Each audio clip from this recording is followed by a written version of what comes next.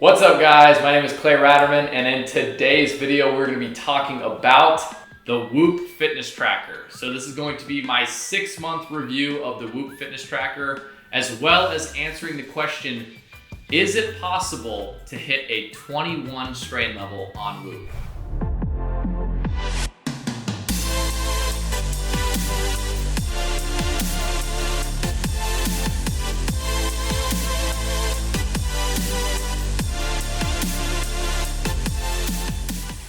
For you guys that do not know, the Whoop is a fitness tracker that you wear around your wrist, or your arm. It has these sensors inside of it. Essentially what it does is it'll track your HRV, which is your heart rate variability, your RHR, which is your resting heart rate. So what it's gonna do is track all your calories, your recovery, your sleep, and your strain, which is how much exertion you put into a workout or a run or something of that sort. Also, the thing I really like about the Whoop is that essentially you never have to take it off. The part that you wear around your wrist, it's super minimal, doesn't look bad, and also it is waterproof, so you can wear it in the shower. And really the idea behind this is you're not supposed to take it off because you want it to be gathering data all the time, so you get the most accurate data on your body. And it also comes with this little wearable charger. So essentially you charge this little piece and then you just slide it over top. Obviously this comes off, but you just slide it over top of your Whoop, it'll charge it, and then you can take it off and you never have to remove the Whoop from your wrist. An important factor of the Whoop is it uses HRV as its main variable to track essentially your fitness levels. So what HRV is it stands for heart rate variability. And what that means is the variability in your heart rate between beats. What they say that's tracking is the difference between your parasympathetic nervous system and your sympathetic nervous system, aka your fight or flight or your rest and digest states. The reason they use that as a general tracker of fitness is because if your heart rate variability is high, that means the variability between your heart rate varies a greater amount. And typically speaking, the higher the HRV, the more fit you are, just because it means you're able to switch between rest and digest and fight and flight in a very small amount of time. The ability to switch between those two systems and going from a restful state to a really high activity state in a very small amount of time is what they say the HRV is equating to. And so typically the higher the HRV, the more fit you are. But again, it is all based on your own personal genetics and things of that sort. So you don't necessarily have to go and look at other people's HRV levels. You really just want to measure your own HRV level and then compare your baseline HRV to what happens over time if you're getting more fit or less fit. Just so you guys know, before we hop into the app and I show you some of my own statistics and answer the question, is it possible to reach a 21 level strain? The recovery aspect of the Whoop app, it's gonna give you a general recovery score out of 100%, and that is gonna be based on your sleep quotient and your HRV levels. It's gonna take those two numbers and it's gonna decide if your HRV is way below its normal amount. That's gonna mean that your body is typically overworked or overstressed, because your HRV is gonna be lower if you're in either a rest and digest phase or a fight and flight stressful phase for a long period of time. So for example, your heart rate variability will be low if you're always stressed out, because that means it's not changing between being stressed and being restful, it's only being stressed. So it's gonna be a low HRV if you're constantly stressed or you're overworked. On the contrary, you're gonna have a low HRV if you're lazy and you're doing nothing ever and you're just sitting on the couch all the time, because it's not gonna be stressed at all and it's gonna be only in rest and digest. So you typically want a good balance between the two, and that's what's gonna make your HRV higher. For me personally, I tend to overwork myself, which makes my recovery score lower because it's taking into account my sleep and my HRV levels, as you guys will see here in just a second.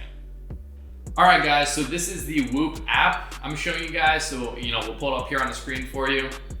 But as you can see here on the homepage, it's gonna show your recovery, your HRV level, your strain level, and how many calories you burn for the day, along with your sleep down below. You also have this nice little feature that gives you a journal where you can input any questions you want inside the journal to basically track data on specific questions that you want to ask yourself about your day. So if you hydrated properly and you wanted to add that data point, you can add it to your journal. If you read before bedtime, you can put that inside your journal. All those little data points actually add up, and it says whether or not you have improved your sleep or your fitness or anything based on those data points. So that's a really cool feature.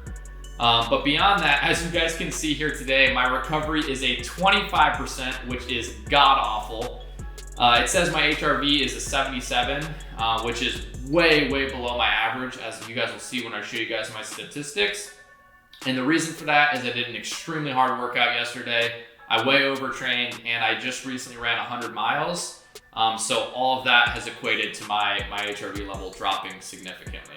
I'm here to try to show you guys this app and then ultimately answer the question, is it impossible to hit a 21 level strain? So if you click on the strain coach, it's going to show you your heart rate level. And basically the way strain is calculated is by your heart rate level. So if you have an elevated heart rate for an extended period of time, it's going to allow your strain to go up. So contrary to what a lot of people think, if you're actually doing a weightlifting exercise or a bodybuilding workout or something of that sort, your heart rate's probably not going to go up that much. Versus if you actually go and run 6 miles, your heart rate's going to be up almost the entire time. So your strain is actually going to be pretty low if you do a weightlifting exercise versus if you go on a run. So in order to hit the maximal strain, as you guys can see here, if I drag this all the way up to 21, it says impossible ? Clay, no one in the history of Whoop has reached a 21 strain. This requires a sustained maximum heart rate for 24 hours. Good luck. So 24 hours of your maximum heart rate. So that's pretty insane to be able to hit that number. And like I said, nobody's done it and they think that it might be impossible. So I kind of tried to answer that question by running 100 miles in a day. So I actually did 29 hours of continuous workout, which we'll hop into, and I'll show you guys my stats for that here in a second after I finish showing you guys the rest of this app. So if you scroll over, you can see your day strain. This is going to show you your max heart rate, your average heart rate, and how many calories you burned for that day.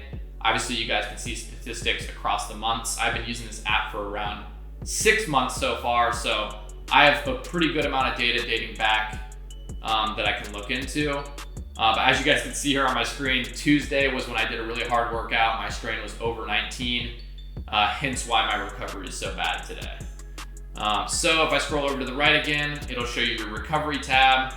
It says my average HRV right now is around a 157, and today it's at a 77, which means I'm very under recovered, as well as your resting heart rate. The resting heart rate is really important because that's tracking, when you're resting, you're in rest and digest phase, when you're sleeping. And then one thing I love about Whoop is if I scroll over just one more section in this app, it shows your sleep performance. And this is super helpful because really you can try to optimize your sleep and see what's working and what's not, whether you're eating before bed or reading in bed or trying out different things like that. So a cool thing about this is you can actually see, if you click into your sleep, you can see how long you spend each stage of sleep. So I was awake for 33 minutes. I was in light sleep for 4 hours and 5 minutes. I was in REM sleep, AKA dreaming and stuff like that, for around 2 hours and 35 minutes. And then I was in deep sleep, which is your most restorative phase, for around an hour and 25 minutes. So seeing those statistics can help you make better choices about your sleep and before you go to bed, as well as the times that you go to bed and times that you wake up. So super cool feature there, and it also plays into your recovery. So guys, that is basically the gist of the entire app. That's what you're paying for. The Whoop strap is actually either non-expensive or in some cases free if you use people's referral code. I will link mine down below. But beyond that, you pay essentially for the data and for the app itself. So if I click here and I show you guys, I can go down and do like weekly and monthly performance assessments on what's been happening.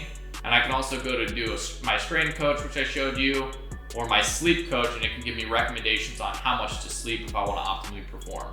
So it gives you a lot of amazing data, but what I want to show you guys is my overall stats for the 6 months that I've been using it. And also, I want to show you guys my stats after running 100 miles. So these are going to be my own personal statistics on Whoop since I joined. I joined in January of 2020. And as we can see here, if we look at my all-time, I have done 232 activities over the 60 days that I've had this on. My maximum heart rate was a 195, and my peak day strain so far is a 20.7. We're gonna hop into that here in just a second about the reaching the maximal amount of strain. But yeah, as you can see, I've ran 62 times, I've weightlifted 103 times, and I've done functional fitness 33 times. So it tracks all those things for you, which is really cool. As well as being able to see your all-time highs for your HRV and your all-time lows for your HRV. So today my HRV is pretty bad, but as you can see, my median is around 154 and my maximum ever is at 255, which is pretty high, I think. I haven't seen that many other people above a 255 HRV, which is just an interesting thing. And then my resting heart rate, the highest it's ever been is 70. That was after my 100 miler, and the lowest it's ever been is 37. And then down below you can see, just all your statistics. How, my longest sleep ever was 10 hours and 43 minutes. My lowest recovery ever, which we'll dive into here in a minute, is 1%. And yeah, so as you can see, guys, I've pretty much hit the lowest and the highest here on this app. So it's really cool to be able to track these things, and it's just a really good app overall. And one other thing I want to touch on is you can actually add yourself to different groups. So I'll have my friends in here. We'll do this thing called the accountability squad, as you can see, and we can see who's putting in the most work, who's straining the hardest, who's recovering the best, who's sleeping the best. So it's cool to be able to track those things, whether you have a company or a team or just a friend group that wants to track these. So all really good data. And now let's hop into the question of the day. Can you actually achieve a 21 level strain? I set out to try to answer this question by running a 100-mile foot race through Northeast Ohio. It took me 29 and a half hours to complete a 100-mile run. And I started at 4 a.m. On Saturday, August 22nd, and I finished at around 10 a.m. on Sunday, August 23rd. So basically, I tried to answer that question, but the problem is because I didn't start at midnight, I don't know if the Whoop was tracking just for that day or exactly how it tracked. And I think what ended up happening is those 4 hours from midnight to 4 a.m. before I started my run may have limited my chance of hitting the 21. So I'm going to show you guys here on the app. If I click August 22nd on Saturday, this is the day that I started my 100-mile run. So I slept for 1 hour and 52 minutes the night before I started to try to run 100 miles. So that's not a good idea just off the bat. My recovery when I started the 100-mile run was 28%. And as you guys can see here on my screen, I burned over 12,000 calories that day, and my day strain was a 20.7. So I did not reach the max heart rate of 21. However, I have a screenshot that my friend sent me. If I scroll over here to my photos, and it actually shows that in the accountability squad, the group that I had mentioned before, he was able to see that I actually have a 20.8 strain listed, which 20.8 strain is the highest I've ever seen on the app in general anywhere. I've seen 20.7 a lot, and I've actually gotten a 20.7 before when I ran the marathon, but I've never seen 20.8 anywhere. And this is, this is the spot that my friend screenshotted it. So I don't know if that's accurate or if, the one that's here on my screen, if I actually go to August 22nd, I don't know which one between the two is accurate.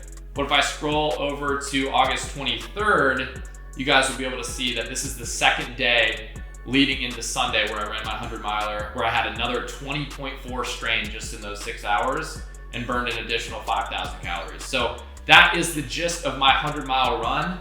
The last part I wanted to show you guys is Monday, the day after. I had a 1% recovery, my lowest HRV of all time. And basically I was almost dead after trying to run 100 miles. And guys, I'm not a runner. I just essentially tried this challenge, and it was something that I figured I'd share with you guys, and I tracked it all on the Whoop to see if it was possible. So again, just wanted to share this data with you guys and, you know, try to answer the question, is it possible? I guess I'm gonna have to try again and start at midnight at some point in time and actually go the whole 24 hours. But they say that you have to have a maximum heart rate for all 24 hours. So I can imagine that when I did my 100-mile run, maybe when I stopped at the aid stations or when I stopped, you know, at some other place, maybe my heart rate dropped below, you know, a maximum amount, or maybe it wasn't maximum at all the whole time anyway. Because, you know, when you're running 100 miles, it's not like you're sprinting or giving your max effort at any point in time. So that could be the issue, but I've never seen a 20.8, and I'm happy to have on my stats that I at least have a 20.7 again. So if you guys ever see someone with a 20.9 or a 21, please leave a comment below. Let me know. I would love to see it. But yeah, guys, that's going to be the end of the video. Thank you guys so much for watching. I still do not know for sure if a 21 on the Whoop is possible to hit. I'm going to have to try it again. Currently, I have a screenshot of 20.8, so I'm going to say my statistics is between a 20.7 and 20.8. But yeah, that's the end of the video. Thank you guys for watching. Make sure you guys subscribe down below. If you guys want to get a Whoop, I'll leave a link in my description. And make sure you guys comment below. Let me know what you guys want to see next. Any challenges, any videos, any reviews. And we will see you guys in the next video. Peace!